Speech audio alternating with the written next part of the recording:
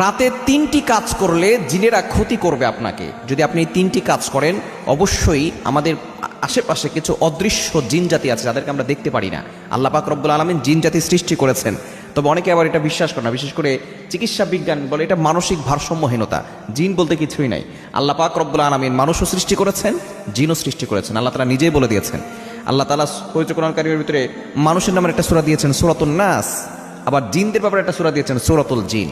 আবার আল্লাহ তাআলা বলছেন 27 নম্বর পারা 2 নম্বর পৃষ্ঠার 5-6 নম্বর লাইন সূরাতুজ জারিয়াতের 56 নম্বর আয়াতে, ওয়ামা খালাকতুল জিন্না ওয়াল ইনসা ইল্লা লিয়াবুদুন, I have created the human and the jinn people to worship only me. আমি মানুষ এবং জিন জাতিকে একমাত্র আমার ইবাদত করার জন্য সৃষ্টি করেছি। সুতরাং জিন জাতি আছে, এটা বিশ্বাস না করলে ঈমান থাকবে না। এই জিন জাতি আপনাকে 3টি ক্ষতি করবে যদি আপনি 3টি কাজ করে থাকেন। 1 নম্বর হচ্ছে, যদি আপনি রাতের বেলা জানালা দিয়ে থুতু নিক্ষেপ করেন অথবা কুলি ফেলেন। হতে পারে কোনো জিন জাতি, তাদেরকে আমরা দেখতে পারি না, অদৃশ্য জিন জাতি এই পরিমাণ আল্লাহ